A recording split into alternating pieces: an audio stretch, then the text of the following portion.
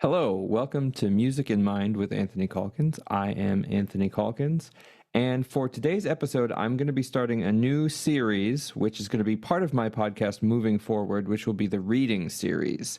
And the reason I wanted to do this was an idea I got from Bitcoin Audible, which is a podcast run by Guy Swan, where for the first half of the podcast, he reads an article about Bitcoin, and the second half of the podcast, he discusses that article. So I want to take a very similar format and read articles, read books, go through things like that. And actually, this is a great chance for you, the listener, to get in touch with me about articles that you would like to hear or read. So feel free to submit articles. Anybody who subscribes on Patreon will definitely get their article of choice read on the podcast, and I will discuss it. So for this reading series, though, I'm going to start with the book, The Collected Essays of Milton Babbitt. And the reason I've chosen this book is I recently had a composer meetup with a bunch of composer friends from college, and we were talking about our professor, Stephen Dembski, who died last year, sadly. And we all sort of miss him, and he was one of the primary editors on this book and a protege of Milton Babbitt. And so I thought it would be a nice tribute to him to go back into some of this old material. Now, this is going to be a little bit sort of more academic than this show is usually geared towards, but I have musical examples, and I think it's interesting nonetheless if you like music, and we'll see how it goes. But as we're going through this, feel free to get in touch with me and submit ideas for new articles for me to read, for music for me to listen to. And of course, if you want to be a guest or if you have ideas for guests, feel free to get in touch with me that way. And remember that my podcast is a value for value podcast, which actually has a number of meanings. One is that you can listen to this podcast on a variety of value for value platforms. Fountain is my favorite podcasting app where you can actually get Satoshis streamed to you for listening. You can stream Satoshis to podcasters that you support. You can boost their podcast by supporting them, donating Satoshis to them. And it's a nice little podcasting community on there where we're all trying to be supportive of each other and show each other value for value. But value for value actually means a little bit more than that. It means that we can have an exchange of value, me, the podcaster, the artist, and you, the listener. So whatever value you feel like you derive from this podcast, you can share back with me in a variety of ways. You can send Satoshis to me through the Fountain app. You can donate Bitcoin to me. You can donate to my Venmo. Links are all below. You can also sign up on my Patreon on a monthly basis and get access to all sorts of bonus content. And so those are different ways that we can exchange value. If you derive value from this podcast, you can give value back to me through those methods. All right, on to the show. Welcome to Music in Mind, with Anthony Calkins. So the first essay that I will be reading in this reading series will be an essay by the American composer Milton Babbitt, and this is from the book called The Collected Essays of Milton Babbitt, which is edited by Stephen Dembski and Joseph Strauss, who were both composition professors and composers at the University of Wisconsin-Madison. And Stephen Dembski was actually my composition professor when I was at the University of Wisconsin-Madison. So there's a whole lineage here that I'm engaging in and I'm sort of trying to celebrate. And what I will do is I will share my screen here so anybody watching on YouTube can follow along with the words, and anybody listening, I have musical examples that I'll play along the way to match up with the text so that will all be there. So the essay that I'm going to be starting with is the first essay in this book, The Collected Essays of Milton Babbitt, called The String Quartets of Bartok, 1949. This article was originally published in the Musical Quarterly, edition 35, in 1949. The dates of composition of the 6 string quartets of Bartok are as follows. Number 1, Opus 7, 1908 to 1909. Number 2, Opus 17, 1914 to 1917. Number 3, 1927. Number 4, 1928. Number 5, 1934. And number 6, 1939. The recent performance of the string quartets of Bela Bartok by the Juilliard String Quartet served, by virtue of the stylistic unity of the presentation and the fortuity of the non-chronological programming, to emphasize above all the homogeneity and consistent single-mindedness of Bartok's achievement in his works for this medium. The superficially striking idiomatic differences between the first two quartets and the latter four appeared entirely secondary to the basic unity of purpose that invested all six with the character of a single, self-contained creative act. For all that these works span an entire creative career, there is, throughout, a single conceptual attitude, and from the second quartet on, a personal sound is present through which this conception is disclosed. Most important, the unity of purpose emerges in all its significance as the identification of the personal exigency with the fundamental musical exigency of the epoch, emphasizing the impossibility of divorcing the qualitative aspect of the musical achievement from its strategic aspect. For it is in this respect that Bartok's music is so completely of its time and achieves a contemporaneity for transcending mere considerations of style or idiom. It is non-provincial music that reveals a thorough awareness of the crucial problems confronting contemporary musical composition and attempts to achieve a total and personally unique solution of these problems. Bartok, from the outset of his career, and throughout all the observable stages of formulation and eventful fulfillment, and this certainly appears to be the relationship between the third and fourth quartets, remained a traditionalist, in that he was unwilling to abandon completely the employment of generalized functional tonal relationships existing prior to a specific composition. Yet, he was aware of the hazards inherent in using the language overladen with connotations, in which the scarcely suggested is perceived as the explicitly stated. At the same time, the exclusive employment of unique, internally defined relationships, which can avoid this danger, leads to a considerable sacrifice of tonal motivation. Bartok's problem was that of achieving an assimilated balance between these two methods without oversimplifying the problem by assigning discrete regions of control to each, for such a solution is indeed no solution, substituting as it does segmentation for integration. Yet, since the connotative is most dangerously explicit in the small, and the self-defined least structurally explicit in the large, there is, in general, a sense, an inverse relationship between harmonic definition and temporal span in Bartok's quartets. But the relationship is revealed through virtually non-perceptible phases of change in the relative autonomy of these two organizational principles. There is, however, no avoiding, on the one hand, a highly attenuated functionality, or on the other hand, a constant mutation, rather than more easily perceived reiterations of the thematic elements. In this resides the difficulty and apparent complexity of Bartok's music.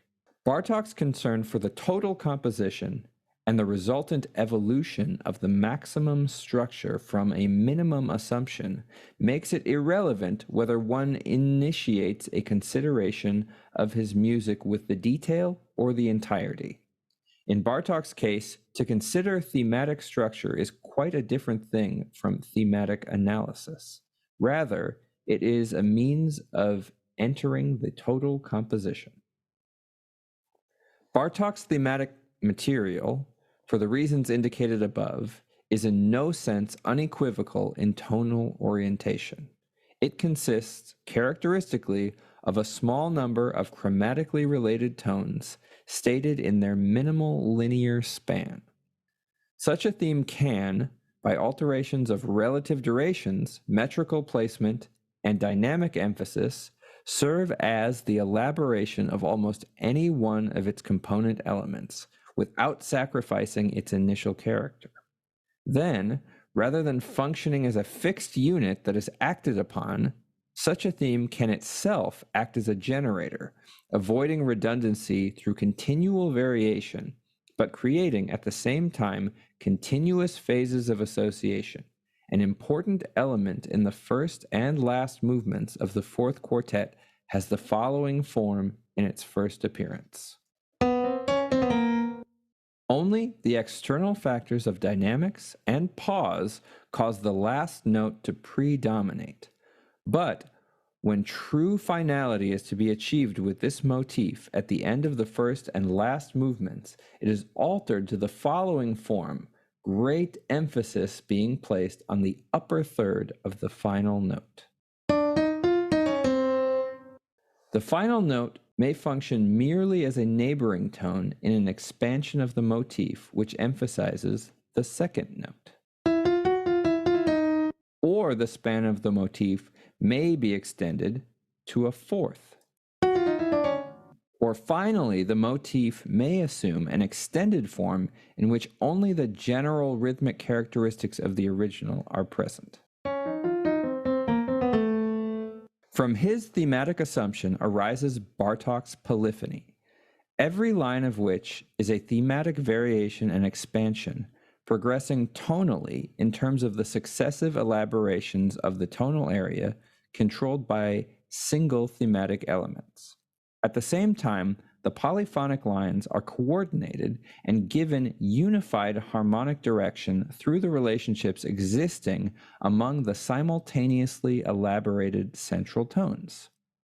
This procedure often appears to be an organic employment of what has been mistermed polytonality, a self-contradictory expression which, if it is to possess any meaning at all, can only be used as a label to designate a certain degree of expansion of the individual elements of a well-defined harmonic or voice-leading unit. In general, it is impossible to determine the harmonic orientation of a Bartok quartet from the implications of a single harmonic event. Rather, the harmonic region is revealed through polyphonic unfolding, while the specific harmonic events serve often merely to state secondary relationships which make it possible for certain dissonant polyphonic events to acquire a relative stability, arising not from their inherent structure, but from their relationships to these harmonic statements.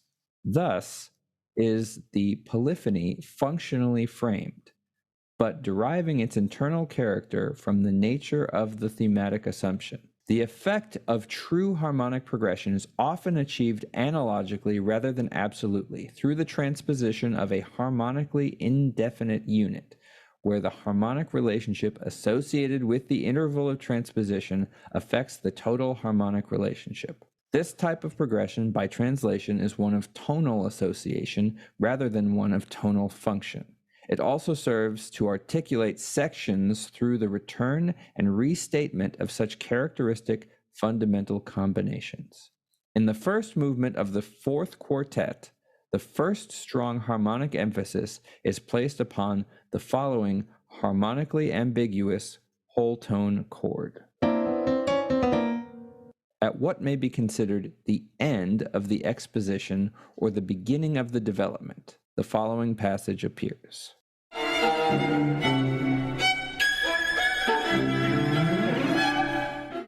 Which has the effect of moving the original harmony in its root position up a major third through the whole tone steps, that is, in terms of its own components. So, in spite of the lack of a decisive absolute tonal level, the first harmonic section contains the second, and is expanded by it, as surely as the tonic contains the dominant.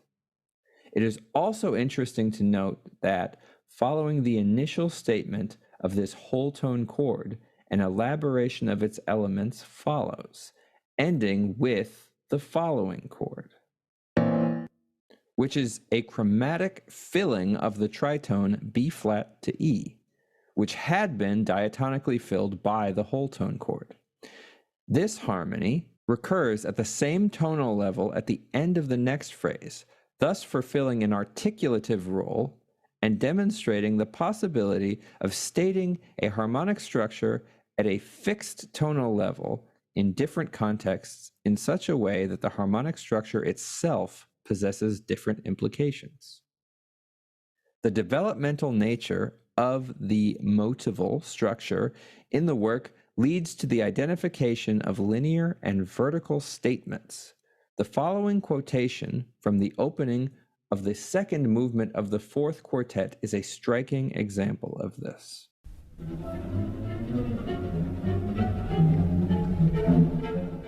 The linear elements stated by the cello and viola are accompanied by the same elements stated in successive pairs by the violins. This serialization appears as early as the opening of the second quartet.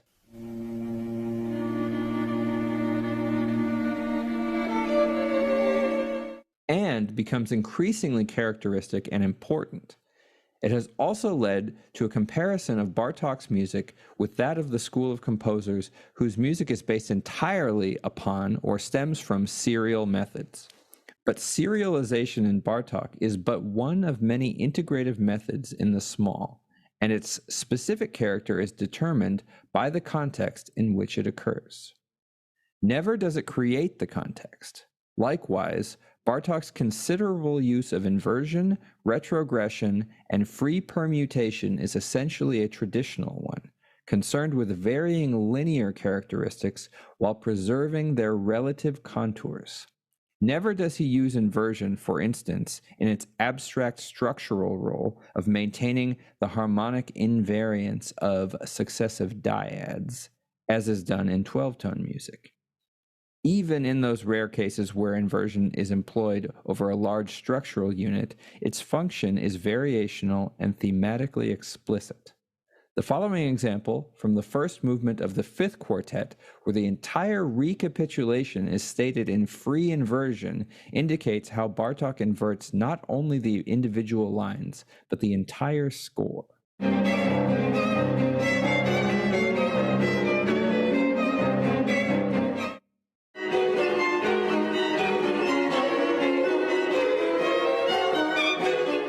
The first of these quotations is from the exposition.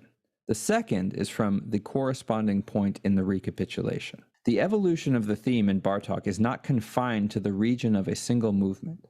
In all of Bartok's quartets, thematic relationship among movements occur. This, of course, is not a new notion. Indeed, it is one that has been employed in the most ingenious manner as a means of securing a unity of a merely mechanical quotational sort. In Bartok, this procedure is employed in two basic ways. The first has as its goal the creation of a type of structural climax by the gradual emergence of the theme through various stages of increasing functional importance from movement to movement. This method, which is already used in the first quartet, is brought to fulfillment in the last, an essentially monothematic work.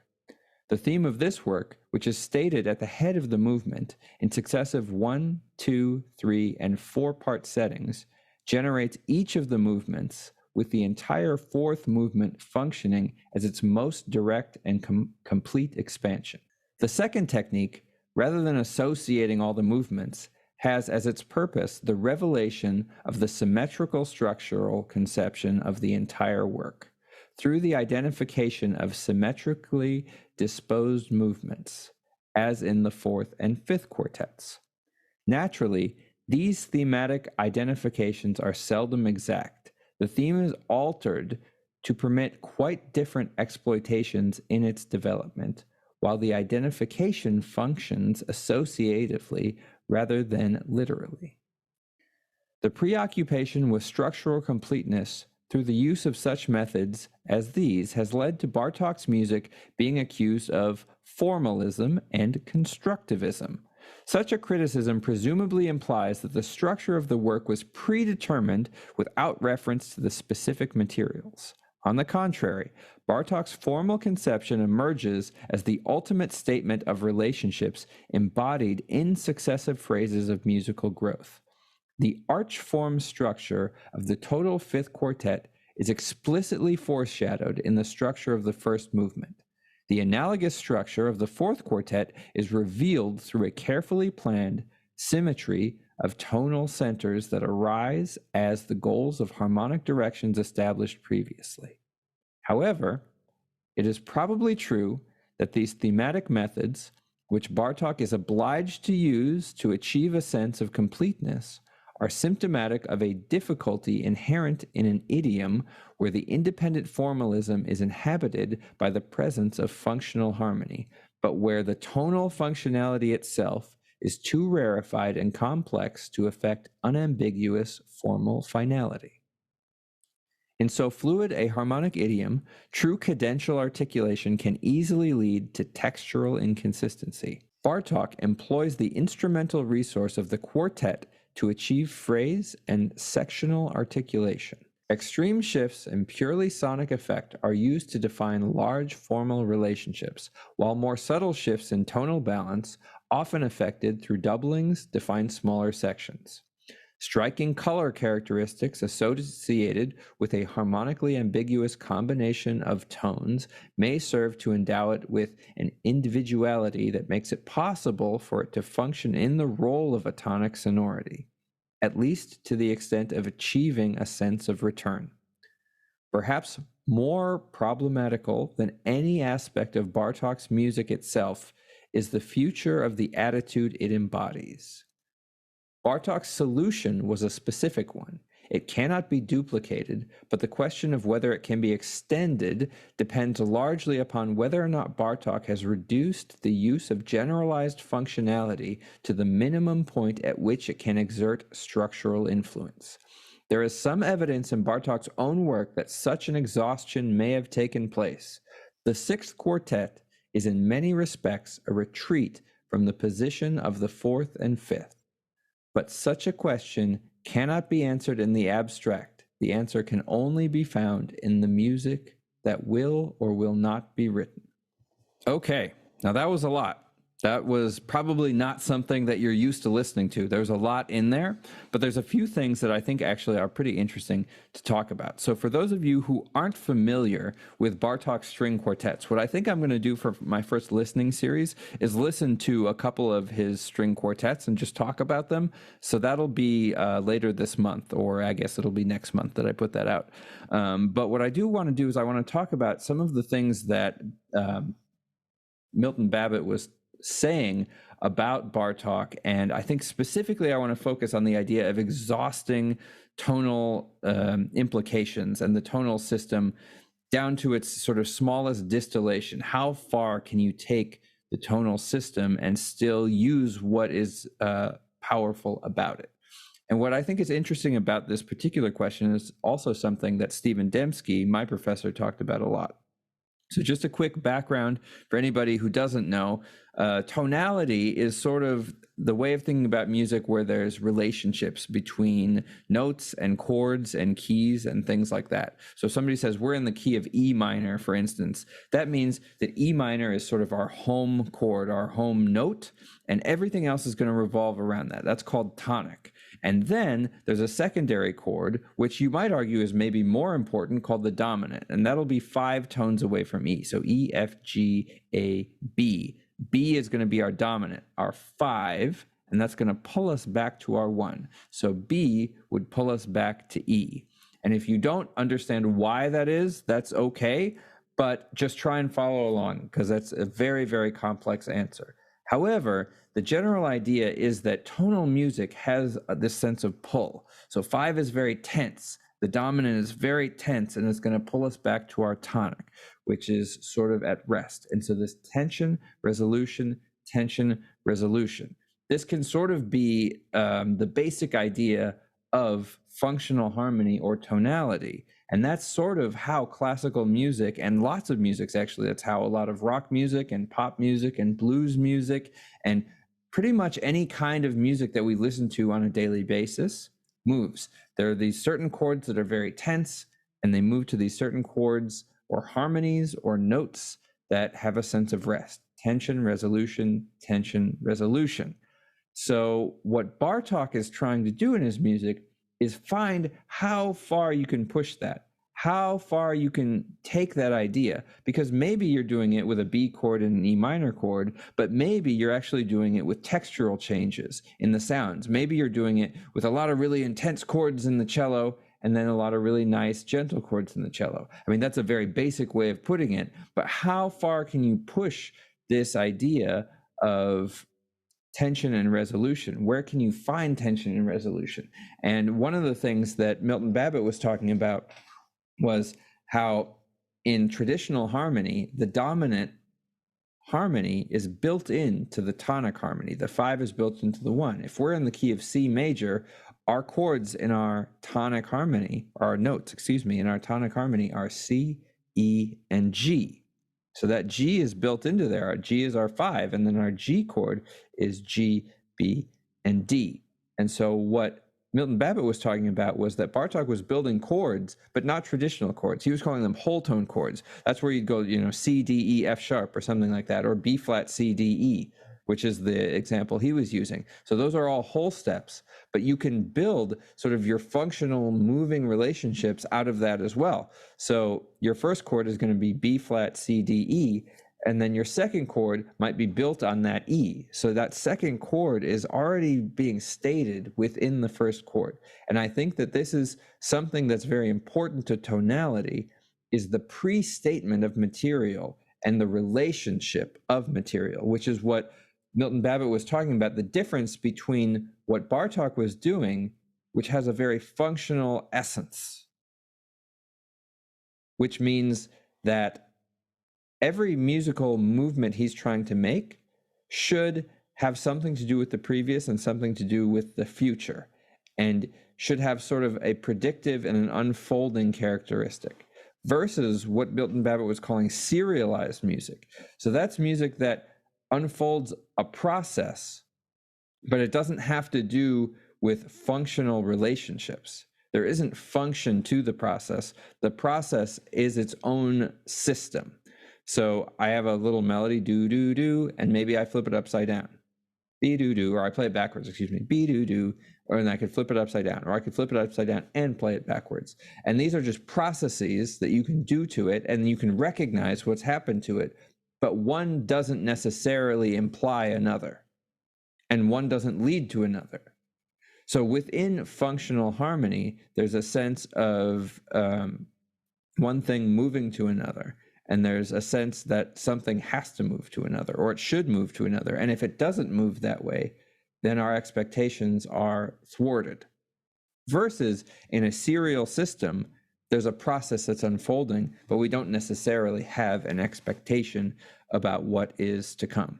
So what I want to do now is I want to just start by listening just to a little bit of the 4th string quartet, the 2nd string quartet, and the 5th string quartet, which were the 3 that Milton Babbitt talked about the most, just to give us a sense for what these might sound like a little bit. So here's a little bit of the 4th string quartet, and let's see if we can actually start to hear some of these themes that Milton Babbitt was talking about, where Bartok elaborates on them and shifts them and transforms them, and maybe uses things like playing them upside down and backwards, but only within the context of transforming them functionally rather than serially, rather than just an automatic process. It should feel more organic.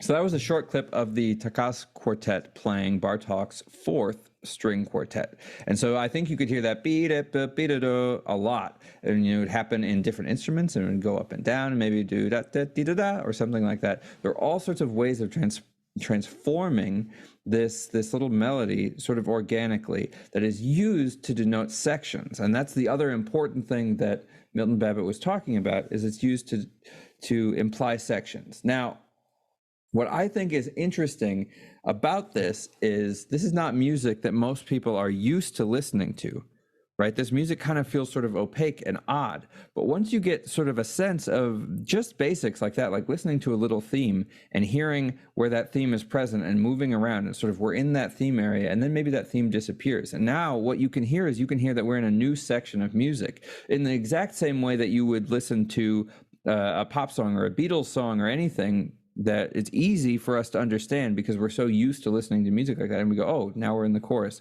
Oh, now we're in the verse. We can do the same thing with something like a string quartet if we start to recognize just little individual elements like that. So just out of interest, let's listen to a section of the second and the fifth string quartet, also the Takas Quartet playing them. So let's listen to a little bit of the fifth string quartet here. This one's kind of an interesting one.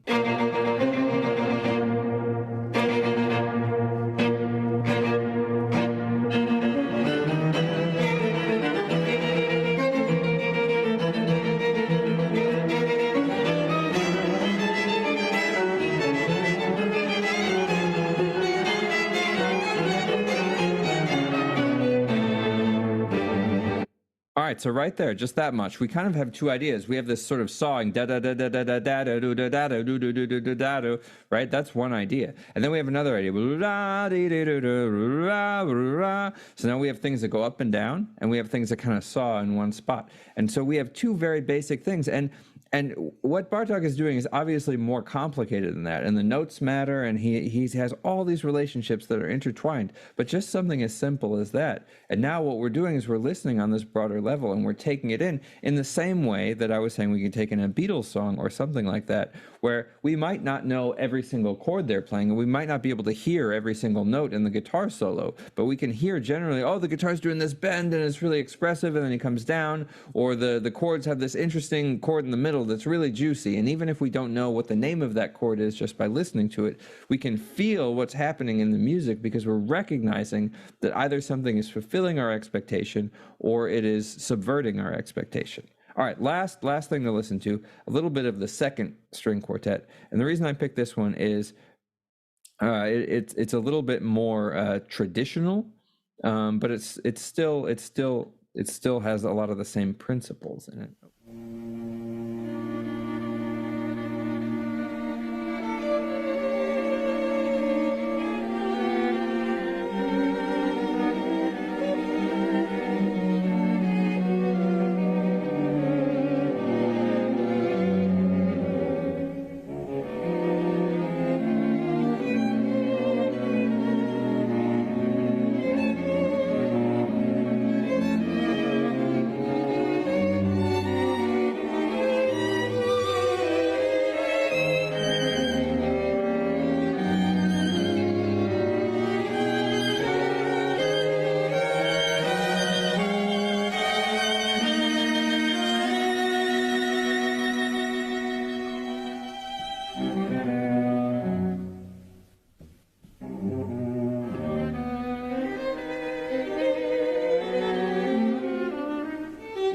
Now we can hear ba-da-ba-bam, right?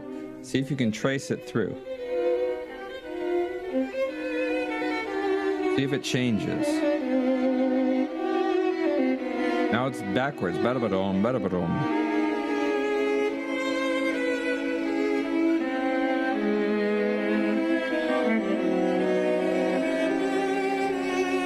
So this one is interesting because it sort of has two ideas happening simultaneously.